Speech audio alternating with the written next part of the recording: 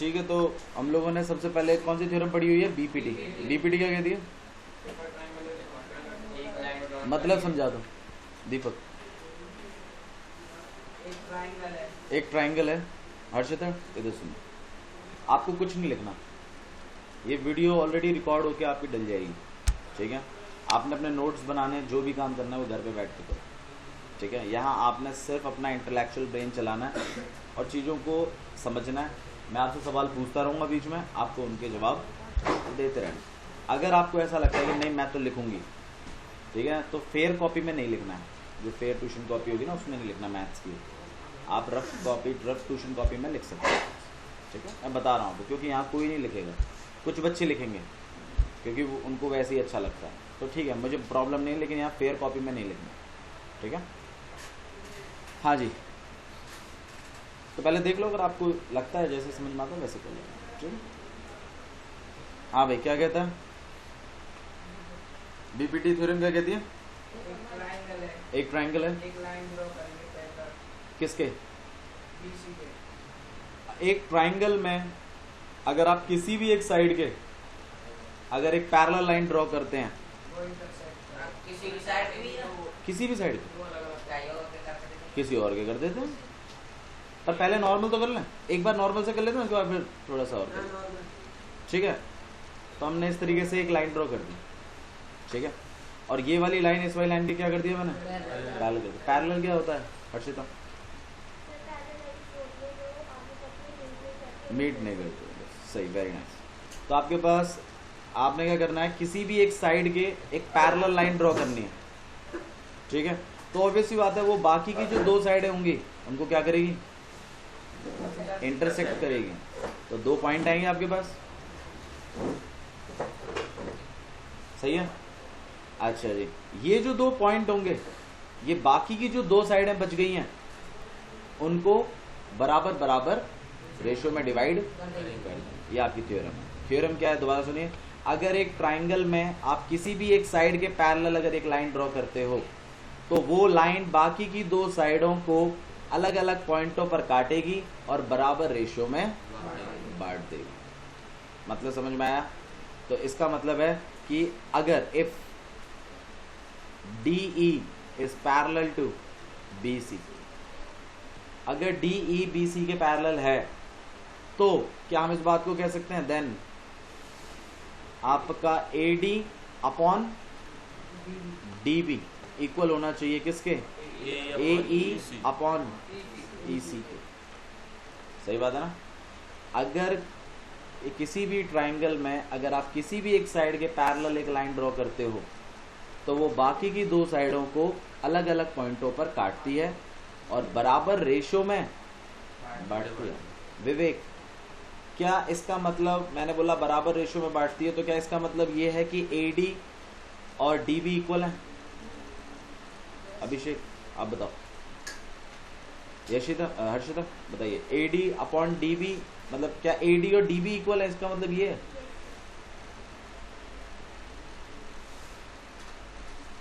नहीं है, ये चीज नहीं है भाई। AD DB के इक्वल नहीं बताया मैंने ये कहा है इन दोनों का रेशियो, इन दोनों के रेशियो के इक्वल है, ये कह रहा हूं मैं। इन दोनों का रेशियो इन दोनों के रेशियो के इक्वल है। आपको करके दिखाता हूँ, एक एग्जांपल लेते हैं यहाँ से। मान लीजिए ऐसा ट्राइंगल है आपके पास,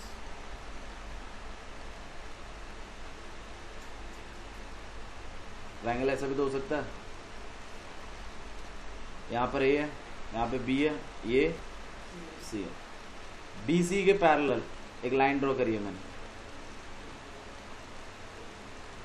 जानबूझ के ड्रॉ करिए, पैरेलली ड्रॉ करिए। क्यों? क्योंकि मुझे बीपीटी थ्योरम लगवानी है।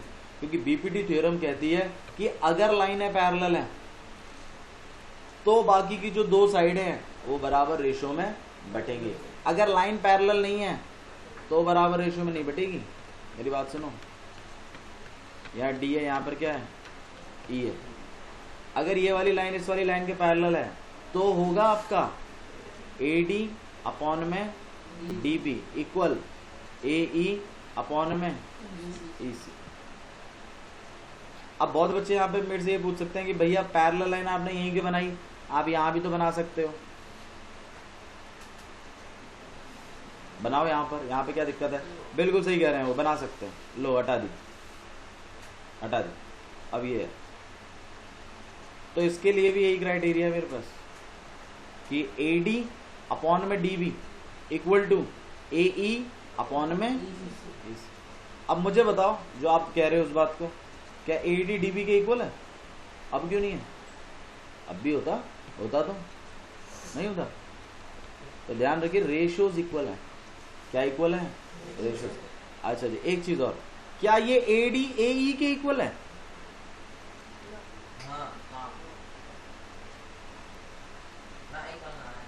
बता भाई बबलू।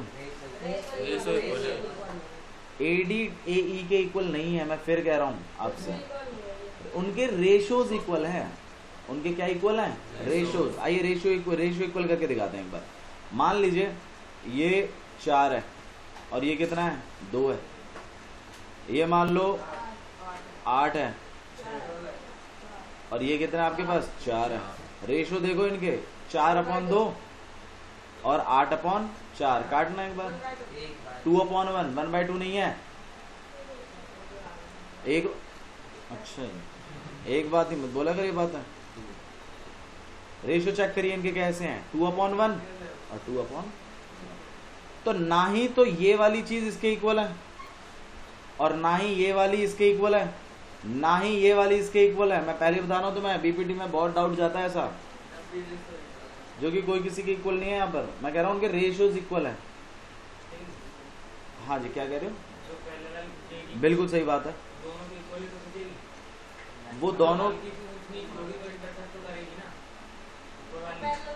हाँ तो पैरेलल में ही रहेगी, सही बात कह रहे हो, लेकिन इसका मतलब ये थोड़ी है कि ये वाली चीज इसके इक्वल हो जाएगी। ये वाली इसके कैसे इक्वल हो जाएगी? मान लो ये टोटल 6 सेंटीमीटर की है, मान लो इधर 12 सेंटीमीटर की है, पैरेलल लाइन खींच दी, मैं बोल रहा हूं, तो फिर कैसे बटेगी? तू बता। सही बात है ना? आप सोच के देखो, जैसे ये आपके पास एक ट्राइंगल हो गया, ऐसा सोचो, मैं जानबूझ के साइड को इतना लंबा दिखा रहा हूं और इसको छोटा दिखा रहा हूं। हाँ, अगर ये दोनों बराबर होती, मतलब ये भी 6 और ये भी 6, और पैरेलल लाइन खींचती, तो ये बात आपने सही बोली कि ये वाली फिर इसके इक्वल होती, तब होती। लेकिन कोई जरूरी थोड़ी है, संभावना है कि ये दोनों बराबर होंगे। ठीक है ना? आगे तो देखिए, यहाँ पर मान लीजिए ये आपके पास टोटल कितनी है? 6, और ये वाली कितनी है? मान लीजिए 9 है। तो अब जब आप पैरेलल लाइन ड्रॉ करोगे, तो क्या आप इस बात को कह सकते हो कि ये वाली चीज इस वाली चीज के इक्वल होगी? नहीं कह सकते ना। तो बाबू फिर वही वाली बात आ गई, ratios are equal, not sides. आपके रेशियोज इक्वल हैं। आपके क्या इक्वल है? डीपीटी थ्योरम एक बार और देख लेते हैं। क्या लिखा हुआ है कि अगर एक ट्राइंगल में किसी भी एक साइड के पैरेलल, कहीं भी नीचे ऊपर कहीं भी, यहां बना दूं,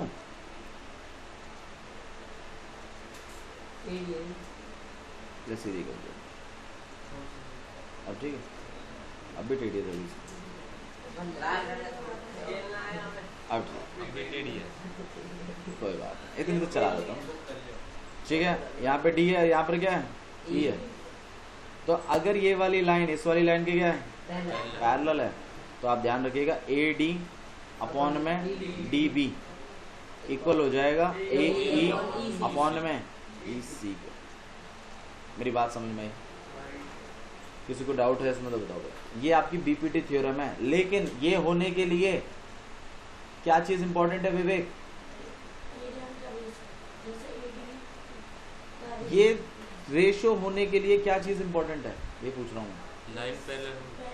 लाइन पैरेलल होनी जरूरी है। अगर लाइनें पैरेलल ना हुई तो ये बात आप नहीं लिख पाओगे।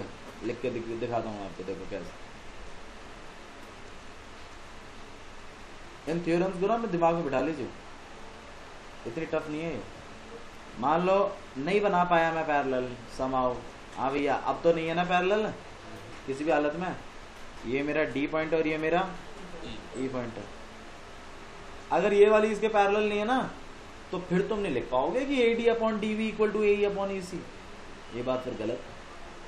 तो लाइनों का पैरेलल होना बहुत जरूरी है अगर साइडों के रेशियो को इक्वल दिखाना है। हाँ भाई मनीष की एक बात और कर लेते हैं भैया, कोई जरूरी थोड़ी है कि BC के पैरेलल दिखाएंगे, ऐसे भी हो सकता है कि हम इसके पैरेलल दिखाएंगे।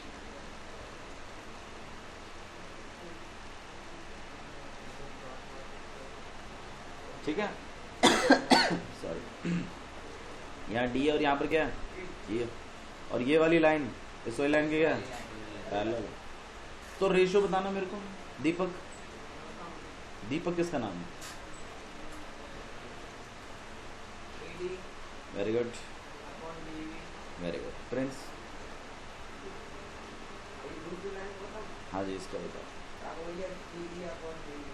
CE अपॉन BD DE, सही से बोलना मेरे, मिक्स था बोल रहा है बीच में, थप्पड़ पड़ेगा तेरे वहीं पे। हाँ बोल किसके इक्वल है?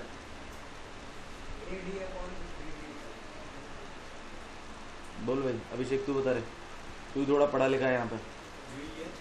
यही है ये नो भाई, ये बेस है ना, अब ये बेस बन गई ना आपकी, यहाँ से देखो ना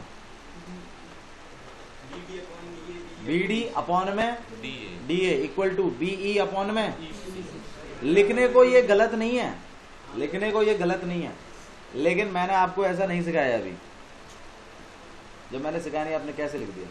आप इतना अंदाजा नहीं लगा पा रहे कि भाई ये वाली लाइन अगर इसके उसमें खिंच गई है तो ये टॉप है अब ट्राइंगल का, और ये क्या है बेस है। अभी अभी जब मैंने ये किया था तो इसको बेस मान लिया ना आपने, इसे क्या मान लिया टॉप मान लिया। फिर आपने जब रेशियो बनाया तो क्या बनाया, ये अपॉन में ये इक्वल टू ये अपॉन में ये बनाया ना आप यहाँ। अब जब मैंने ऐसे खींच दी तो ये बेस बन गया और ये क्या बन गया, तो यार ये अपॉन में ये आएगा ना, और ये चीज अपॉन में ये चीज आएगी। ये बात समझने में कितनी सदियां और लगाने वाले हो? यू कहाँ है ये? सी पहले लिख दिया तूने, हम कह रहे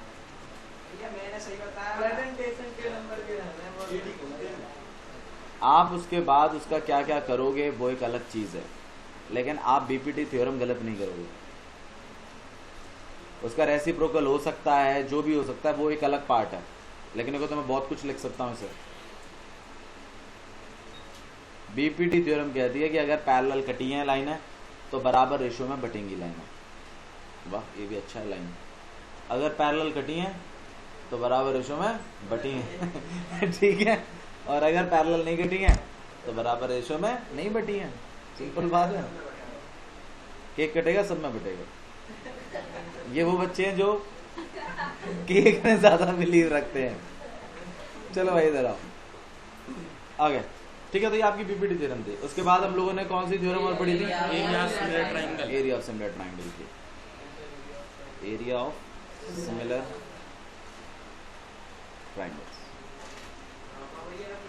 हाँ भाई Nikhil, area of similar triangle क्या कहता है? ये भी एक थ्योरम है, ठीक है, इसका भी हमने प्रूव किया है। बहुत बढ़िया गया स्टेटमेंट बोलिए, वाह वाह लाजवाब लाजवाब। जितनी बुरी शक्ल है उतना ही बुरा दिमाग है। बताओ भैया।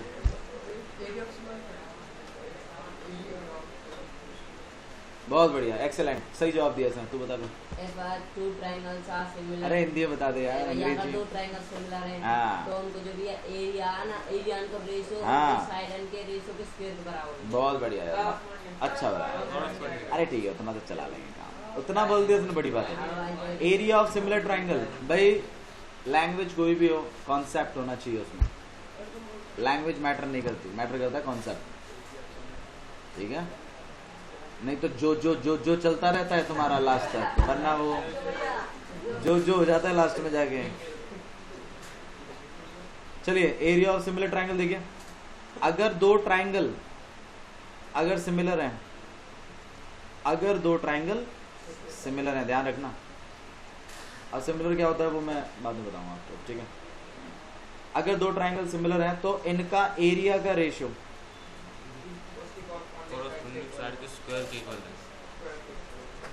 इनके एरियाओं का रेशियो, तो एरियाओं का रेशियो एक बार निकाल तो लें। Area of triangle A B C upon में area of triangle P Q R equal होगा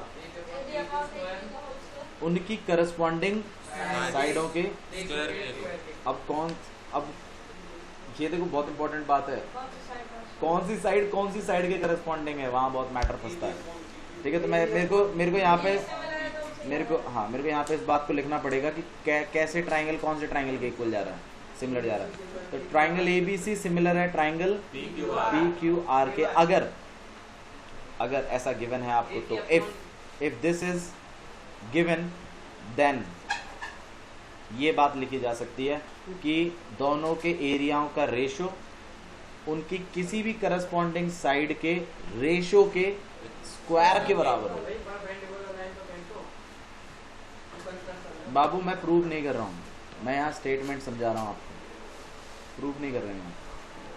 तो जो आप बोलो भैया, अगर ट्रायंगल PRQ होगा तो बदल जाएंगी करस्पॉन्डिंग, बिल्कुल करस्पॉन्डिंग साइड बदल जाएंगी। नहीं अभी नहीं, पहले नॉर्मल समझा लेंगे मुझे। इधर ध्यान दीजिए, तो ए बी और पी क्यू इन दोनों के रेशो का स्क्वायर के बराबर होगा एरिया का रेशो, ए बी अपॉन में पी क्यू के होल स्क्वायर। ये मतलब है, या फिर B C upon Q R के। भाई किसी के भी तो इक्वल हो सकता है, कोई जरूरी थोड़ी है। या फिर ए सी अपॉन इसके बराबर। बात क्लियर है? आया समझ में? बराबर नहीं आता? ठीक है, अच्छा जी। तो अगर दो ट्राइंगल सिमिलर होंगे तो उनके एरियाओं का रेशो उनकी करस्पॉन्डिंग साइडों के रेशो के स्क्वायर के बराबर होगा। बात समझ में आई? ठीक है, let's move to our next theorem. Next theorem कौन से भाई? आपको तो यही नहीं पता चला कि थ्योरम हमने कैसे कैसे पढ़ी हैं। आपने पढ़ी है पीजीटी थ्योरम। पीजीटी थ्योरम क्या कहती है? अभिषेक ने विवेक बताया, विवेक बता।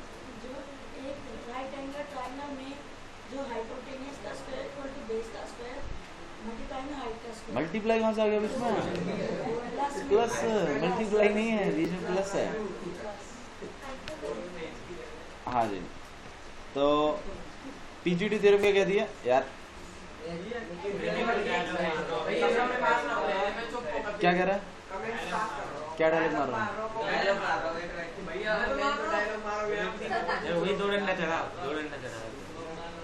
मोहित, nobody is asking you anything, why you are shouting?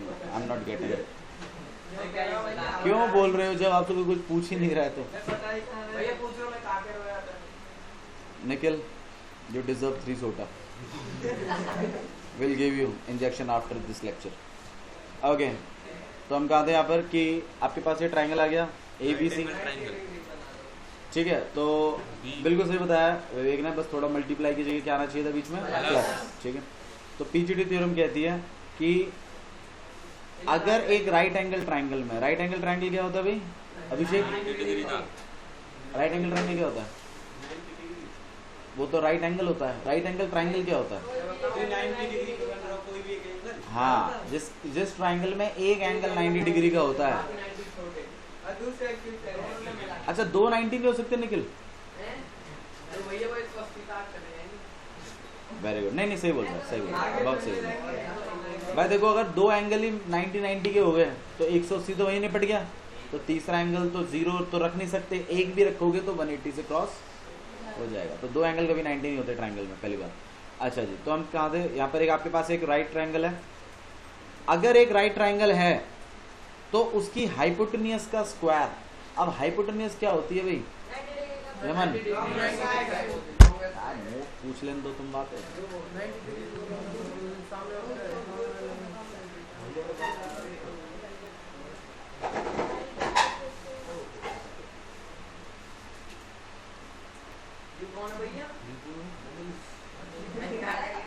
बहुत हंसते हो, इतना मत हंसा करो, इतना हंसना मुझे पसंद नहीं बच्चों को। हाँ भाई, अब बोल, अब सुन रहा हूँ।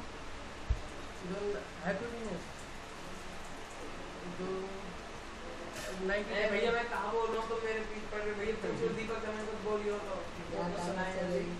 90 डिग्री से जो अपोजिट साइड होती है 90 डिग्री से जो अपोजिट साइड होती है उसे हम क्या कहते हैं?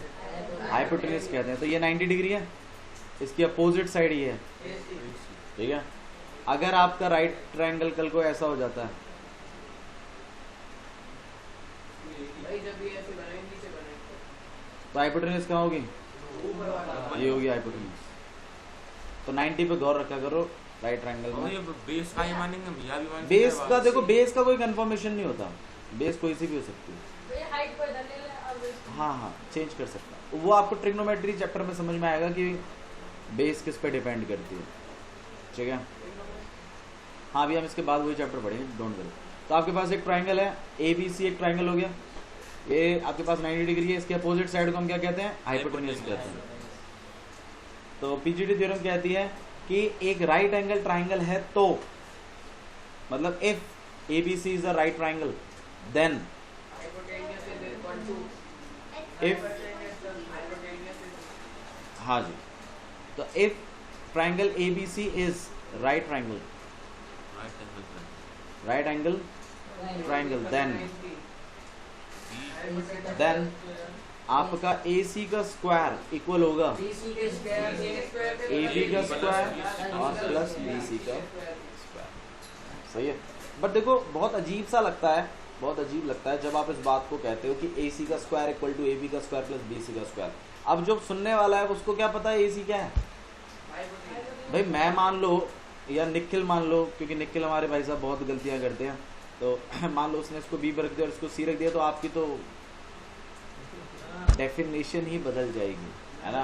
भाई तुम पेपर चेक कर देना और भैया डेफिनेशन में वापस हाँ अब वही तो बात है ना। लेकिन काफी बच्चों की आदत क्या होती है, वो इसको याद कर लेते हैं, AC का स्क्वायर इक्वल टू AB का स्क्वायर प्लस BC का BC का। वो यही नहीं, क्योंकि हमारे साथ के बच्चे ऐसे ही हैं और हमारे साथ के क्या यहाँ पे बहुत सारे धुरंधर ऐसे ही हैं।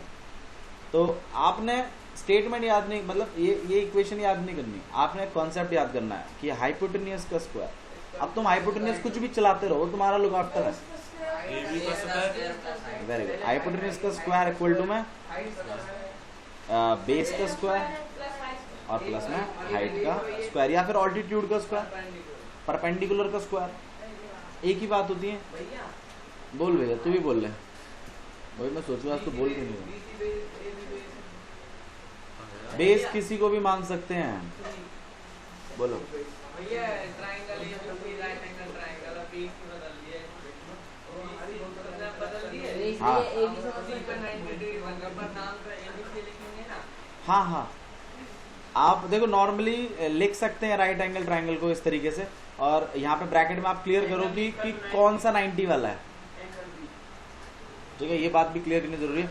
और वरना नॉर्मली जो जिसमें 90 बनता है ना उसको बीच में लिखते हैं, मतलब ट्रायंगल ACB ऐसे लिख दो, और या तो ABC ट्रायंगल लिख दो और एंगल C को 90 डिनोट करवा दो, या तो ये काम करो।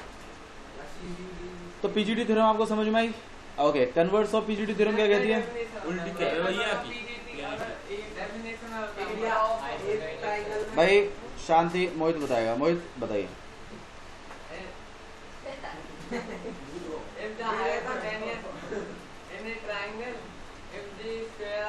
भैया मतलब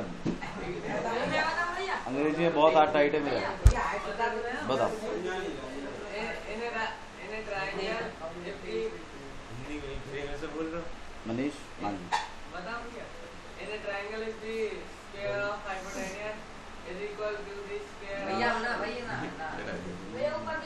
ठीक है, 4 हो गए तो हाँ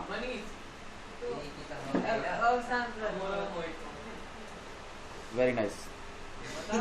हाँ अच्छा बोलना है भी, और हाँ बोलो बोलो बोलो, सुन रहे हैं सुन रहे हैं। आवाज नहीं यार प्लीज गाइस, डोंट शाउट।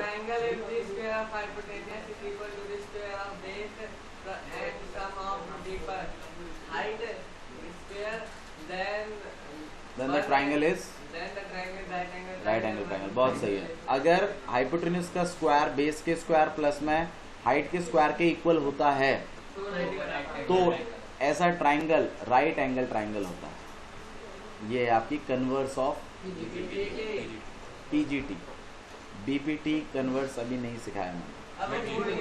हटा देंगे।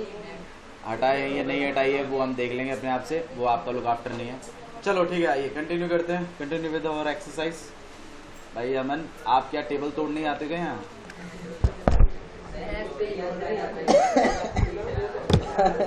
पेजों को फाड़ता रहता है, इसमें घुसाता रहता है टेबल में, पता नहीं क्या चक्कर है तेरे संग। ठीक है, okay let's continue with this. अच्छा थोड़ा सा सिमिलर पे और एक बार सिमिलर बता दो। सिमिलर, चलो सिमिलर देख लेते हैं भाई। अच्छा चलो दीपक बताएगा फिर। कॉन्ग्रुएंस सी का मतलब क्या होता है? कॉन्ग्रुएंसी का मतलब क्या है दीपक? अरे बोलो। हाँ पास पास ही नहीं बोल सकते दीपक। जिसके भैया सेम साइज और सेम शेप रहे। हाँ जी, वेरी गुड। हाँ कॉन्ग्रुएंसी कॉन्ग्रुएंट की बात है, जिसकी शेप भी सेम होती है और जिसकी साइज भी सेम होती है। बाबू आपने जिसकी सिर्फ शेप के बारे में पता है, साइज के बारे में नहीं पता है, उसे सिमिलर कहते हैं। हाँ very nice, very nice. Similar को देख लो आप। हर्षिता थोड़ा सा इधर गौर करो, क्योंकि मेरे को ये 2 एक्सरसाइज करानी, तो उसके लिए आपको थोड़ा बेसिक चाहिए होगा। ठीक है, तो सिमिलर में क्या होता है आपके पास? शेप सेम होता है। क्या सेम होता है? शेप। साइज के बारे में you can not comment anything. आप बोल मतलब हो भी सकती हैं और नहीं भी हो सकती। It has no effect on similarity. हाँ तो उसके इसमें नहीं, अगर आपकी साइज भी सेम हो जाए और शेप भी सेम हो जाए मान लो, तो वो फिर कॉन्ग्रुएंसी बन जाता है। लेकिन हर कॉन्ग्रुएंसी एक तरीके से सिमिलर है। आप खुद सोच के देखो ना, मान लो मैंने 2 चीजों को कॉन्ग्रुएंट बता दिया, तो आपको नहीं लगता कि शेप तो क्लियर होगी? शेप क्लियर होगी तो मतलब सिमिलर तो है ही है। तो हम इस बात को समझें कि जो ट्राइंगल कॉन्ग्रुएंट होते हैं उनको सिमिलर लिखा जा सकता है। अच्छा लेकिन जो ट्राइंगल सिमिलर हैं क्या उनको हम कॉन्ग्रुएंट लिख सकते हैं? क्यों नहीं लिख सकते अभिषेक? हाँ क्योंकि साइज के बारे में सेम रहने वाली बात नहीं है। साइज के बारे में you don't know whether it is same और नॉट। ठीक है, काफी समझ आ रहा है ना? हाँ जी, जो ट्राइंगल कॉन्ग्रुएंट हैं वो सिमिलर जरूर होंगे, ये बात सही है। मतलब अगर आप, जैसे मैंने 2 ट्राइंगल कॉन्ग्रुएंट दे दिए, तो आप चाहो तो उनको सिमिलर करके लिख सकते हो और उनकी साइडों के रेशियो का इस्तेमाल भी कर सकते हो अगर रिक्वायरमेंट है। ठीक है, अच्छा जी। तो कॉन्ग्रुएंस करने के लिए आपके पास टोटल कितने हथियार होते हैं? 2। गलत, 3 5। कौन कौन से होते हैं? Let Robin speak. हाँ जी, SAS और AAS, very good. AAS, RHS और ये AS। RHS का मतलब क्या होता है Deepak? Right angle hypotenuse and side. एक और डंडा।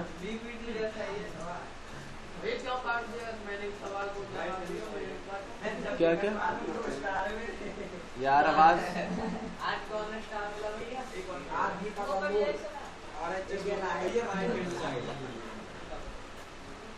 कोई आपसे नहीं पूछ रहा आपके पास कितने स्टार हैं, पता नहीं क्यों बता रहे हो। हाँ जी बाबू, अभी पढ़ाई का टाइम है, पढ़ाई कर लो पहले। इधर ध्यान दीजिए प्लीज, फोकस। इतना जल्दी फोकस लूज मत करिए प्रिंस। ये प्रोजेक्टर यहाँ इसलिए लगवाया गया कि हाँ मेरा फोकस आप पे हो, क्योंकि जब टीचर घूमता है तुम क्या करते हो? टॉकिंग। वो यहाँ से भी दिखता है। ठीक है, ओके। तो ये 5 चीज़ें थी जिनका हम इस्तेमाल करते हैं और ये आपने क्लास 9th में बहुत ही अच्छे से पढ़ा हुआ है। ठीक है, मेरा क्वेश्चन आपसे बस इस पर जिससे रहेगा वही बताए अर्शिता अर्शिता से पूछते हैं, अर्शिता थोड़ा चेक कर लेते हैं, कोई प्रॉब्लम तो नहीं है ना? ठीक है। अच्छा जी, हम लोग यहाँ पे CPCD लिखते हैं, है ना? CPCD का मतलब क्या होता है बाबू? ऑफ कॉन्ग्रुएंट ट्राइंगल, बहुत बढ़िया। अच्छा मुझे एक बात बताओ, फॉर एग्जांपल जैसे आपके पास ये दो ट्राइंगल है, ठीक है? यहाँ पर ये A है, यहाँ पे B है, ये C है, यहाँ पे P है, ये Q है, ये R है, ये 6 सेंटीमीटर है, ये 5 है, और ये, या फिर इसको 4 कर लेते हैं, ठीक है? तो ये SSS से दोनों ट्राइंगल क्या हो जाएंगे? हो जाएंगे ना भाई? करो आप लोग सब फटाफट करके दिखाओ मुझे, कैसे लिखोगे? हाँ कॉन्ग्रुएंट करके दिखा मुझे इसको, उसके बाद बात कर, फटाफट कर ले। अरे यार क्यों बोल रहे हो मनोहर लाल जी? अबे यार मनोहर लाल खट्टर का फोन आ रहा है, बताओ अति हो गया यार। इधर ध्यान दो, इधर इधर ध्यान दीजिए, इधर ध्यान दीजिए, सब लोग इधर ध्यान दो। अब आप लोग भाई आते जाते तो आप फिर टाइम लगाओगे लिखने में इसको। इधर ध्यान दीजिए, करवा दीजिए चलो। तो इधर ध्यान दो, in triangle ABC and PQR triangle PQR, सही है? इन ट्राइंगलों में आ गए?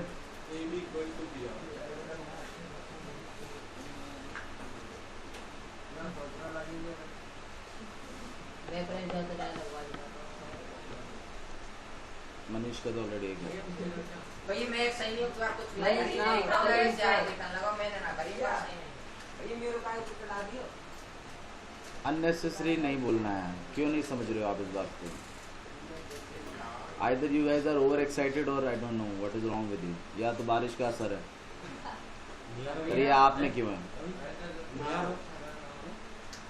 हाँ रास्ता खराब है तुम्हारे, अगर पता नहीं तुम्हें?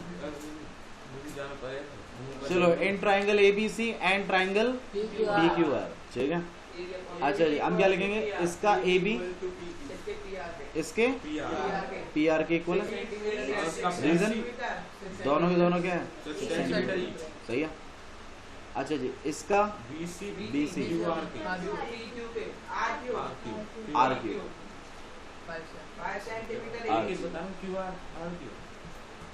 5 सेंटीमीटर ईच। PQ बता रहे थे कमीने, नहीं बता रहा था PQ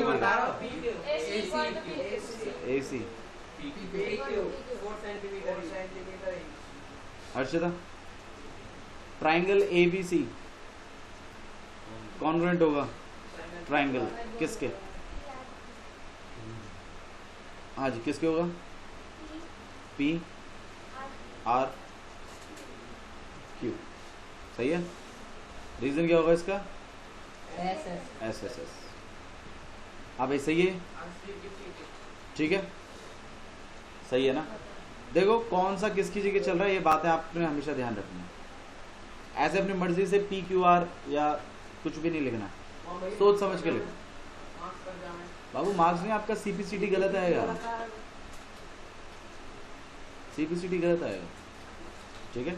तो आपको पता है ना ये बात है, ठीक है? मतलब मुझे ये चीज़ नहीं सिखानी आपको, ठीक है? ठीक है, तो इसी तरीके से आपके पास 5 प्रॉपर्टीज़ हैं, आप पांचों की पांचों प्रॉपर्टीज़ को आराम से आप जानते हैं, खूब बढ़िया। अब सिमिलैरिटी के बारे में और बात करें। सिमिलर का मतलब होता है क्या? शेप सेम होती है, बनावट ट्रायंगलों की कैसी है? सेम है। जैसे एक होंडा सिटी और एक खिलौना होंडा सिटी, वो बड़ी है लेकिन बनावट कैसी है? सेम। क्या हो गया? भैया के पास भी होंडा सिटी है ना, होंडा सिटी का एग्जांपल। हाँ मेरे पास नहीं है, लेकिन आपकी नॉलेज बहुत कम है, ठीक है? एक अमेज और एक टॉय अमेज। हाँ अब सही है, now it's getting the point. ठीक है निखिल? ओके बाबू। हाँ बाबू, आप योगदान देते हो चीज़ों को करवाने में। ओके, तो सिमिलर का मतलब है जिसमें शेप सेम होती है और साइज के बारे में कोई कमिटमेंट नहीं होता। इट कैन बी इक्वल, अगर इक्वल है तो वो कॉन्ग्रुएंट हो जाती है, कॉन्ग्रुएंट से फिर सिमिलर बन जाती है, बात वही है। और अगर नहीं भी है इक्वल तो भी सिमिलर होती है, ठीक है। अच्छा जी, जैसे आपके पास ये छोटा सा ट्राइंगल है, ठीक है, और एक बड़ा ट्राइंगल, एक्स वाई जेड और एक और बड़ा triangle। ठीक है, यहाँ पर एक्स वाई और जेड। सिमिलर को डिनोट करने के लिए आप सिर्फ इस तरीके से एक लाइन डिनोट करते हैं बस। कॉन्ग्रुएंसी के लिए क्या करते हैं, ऐसे, और नीचे दो इक्वल, एक इक्वल आता है। सिमिलर में ऐसा नहीं आता, सिमिलर में सिर्फ आपका एक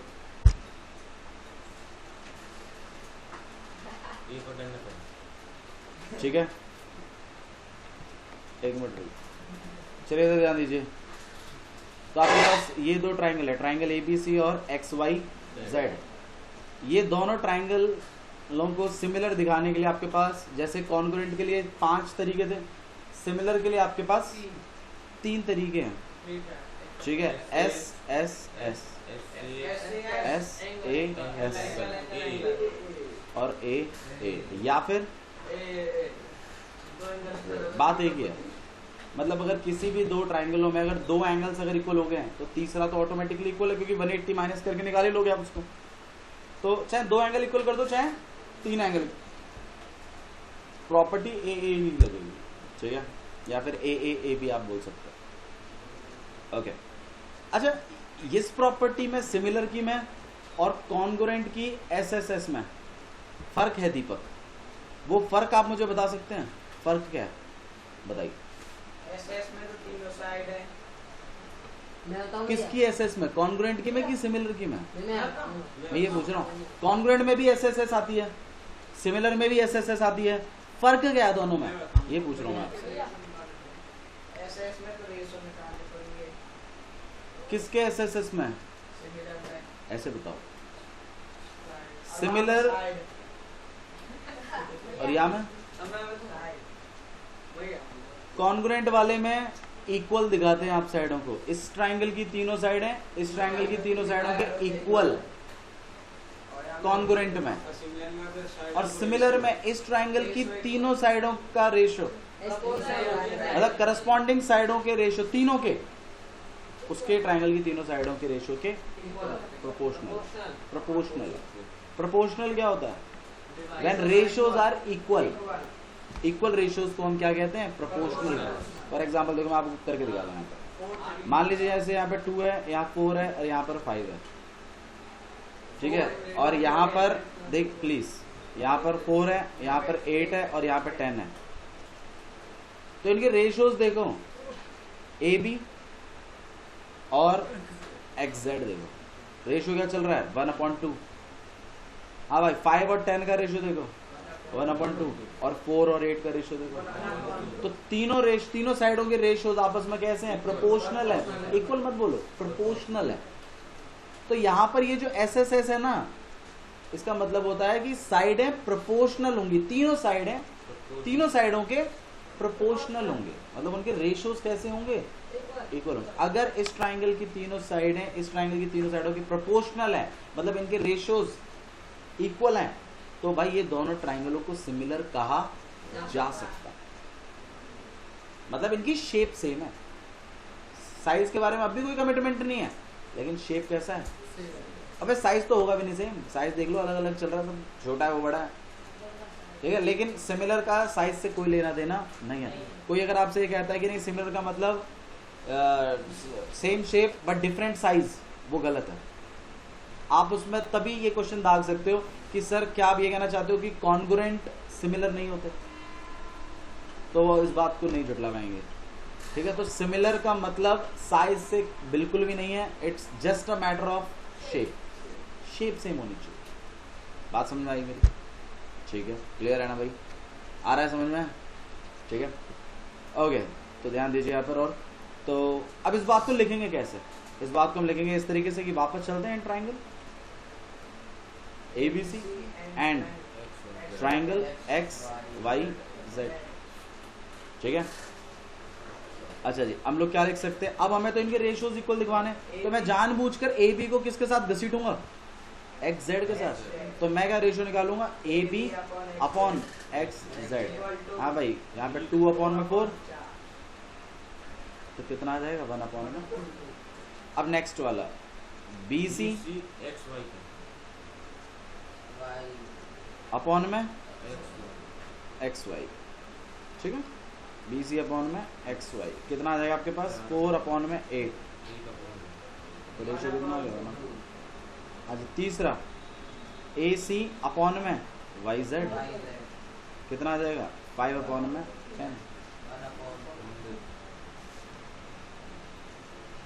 तो तीनों साइडों के रेशियोज प्रोपोर्शनल है ना, सब इक्वल है ना, रेशियोज आर इक्वल। तो अगर तीनों रेशियोज के इक्वल आ जाते हैं, मतलब तीनों रेशियो आपस में इक्वल होते हैं या प्रोपोर्शनल होते हैं, तो आप इस बात को कह सकते हो कि भाई ये दोनों ट्रायंगल कैसे हैं?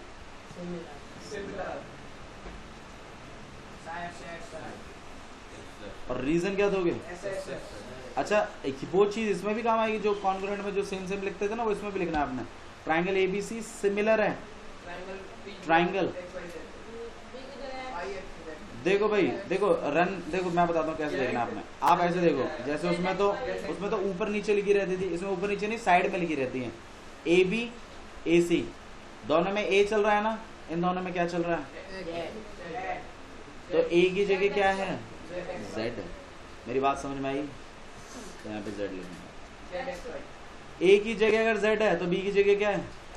एक्स है। तो बी की जगह क्या चलेगा? एक्स। और बाकी क्या बचेगा? और रीजन मेरी बात समझ में आ रही है आपको? ठीक है।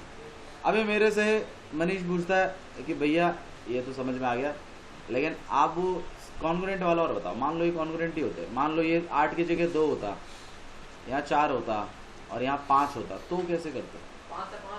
भाई 2/2, 1/1 का रेशियो, 5/5, 1/1 का रेशियो, 4/4, 1/, तो रेशियोज तो प्रोपोर्शनल हो गए। फिर से प्रोपोर्शनल हो गए, तो कॉन्ग्रुएंट है। देखो वैसे तो कॉन्ग्रुएंट है ना, एसएसएस से कॉन्ग्रुएंट भी है, लेकिन मैं आपको सिमिलर भी करके दिखा रहा हूँ। तो जो चीज कॉन्ग्रुएंट है वो सिमिलर तो जरूर बनती है, ये बात कंफर्म है, ठीक है ना? समझ में आई बात? अच्छा जी। अच्छा, उसमें सीपी सीटी का मतलब क्या होता था? जो हमने ये कॉन्ग्रुएंट किया था, हमने इसमें corresponding part of congruent triangles. तो जब दो ट्रायंगल कॉन्ग्रुएंट बोले जाते हैं, मतलब मैंने बोल दिया कि दो ट्रायंगल आपस में कैसे हैं? कॉन्ग्रुएंट है, तो आप उनसे क्या क्या लिख सकते हो, मतलब उनके बारे में आप क्या क्या कह सकते हो? तो हाँ, उनके करस्पॉन्डिंग पार्ट्स कैसे हो जाते हैं?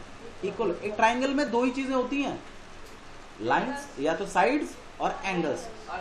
तो एरिया भी होता है, पर मतलब बेसिक जो बात है वो ये है कि साइड्स और एंगल्स। तो ध्यान रखिएगा, करस्पॉन्डिंग एंगल के इक्वल चलता है। मतलब इसका जो ए है वो किसके इक्वल है? पी के। तो आप सीपी सीटी से क्या क्या बातें लिख सकते हो कि एंगल ए किसके इक्वल है? एंगल पी के। एंगल बी किसके इक्वल है? एंगल आर के। एंगल सी किसके इक्वल है? ये बात समझ में आ रही है ना? अच्छा जी। और साइडों के बारे में तो लिख सकते हो, सबका रीजन सीपी सीटी है, ऊपर लिख दिया मैंने। आप ये भी तो लिख सकते हो कि भाई ए बी अपॉन में P R equal to B C upon में R Q equal to A C upon में पी क्यू। ये लिख सकते हैं? Thank you. हाँ, बोल ही नहीं रहा कोई, तब हाँ करे जा रहे हैं बस।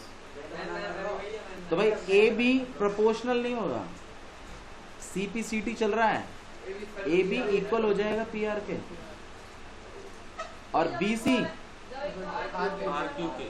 हाँ, लेकिन उनके सबके रेशियोज तो इक्वल नहीं होंगे, मतलब रेशियोज 1:1 का रेशियो बनेगा नहीं बनेगा, मान लो 2:3 का बन रहा है, ठीक है ना? तो बी सी किसके? आर क्यू के और ए सी। ये बातें आप लिख सकते हो कॉन्ग्रुएंट में। किसमें? तो सिमिलर में क्या लिख सकते हैं? तो सिमिलर में भी कुछ होंगी बातें। सिमिलर में आप साइडों को प्रोपोर्शनल लिख सकते हो, इक्वल तो नहीं लिख सकते, लेकिन साइडों को प्रोपोर्शनल लिखा जा सकता है और एंगल्स को इक्वल लिखा जा सकता है, एंगल्स को इक्वल लिख सकते हैं। ये खासियत होती है सिमिलैरिटी में। और रीजन क्या होता है उसका? CP S. Those are corresponding parts of Similar triangles. Similar triangles. मेरी बात समझ में आ रही है? ठीक है, चारों थ्योरम्स। और बाकी आपका अच्छा एक और थ्योरम थी ना आपके पास यहाँ पर SAS, इसको और बात कर लेते हैं। ये तो देखो सबको समझ में आती है, AA, दो एंगल के इक्वल हो जाएंगे, ये दोनों ट्रायंगल क्या हो जाएंगे, सिमिलर हो जाएंगे। इसको और बात कर लेते हैं SAS।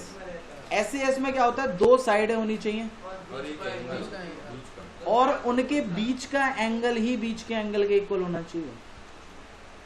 मतलब दोनों साइडें प्रोपोर्शनल, इसकी दोनों साइडों के प्रोपोर्शनल होनी चाहिए, और उसका बीच का एंगल और इसका बीच का एंगल कैसा होना चाहिए, इक्वल होना चाहिए।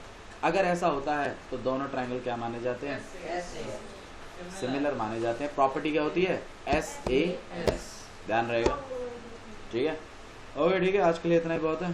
बाकी हम लोग exercise 6.4 will continue tomorrow. That's all for today, thank you.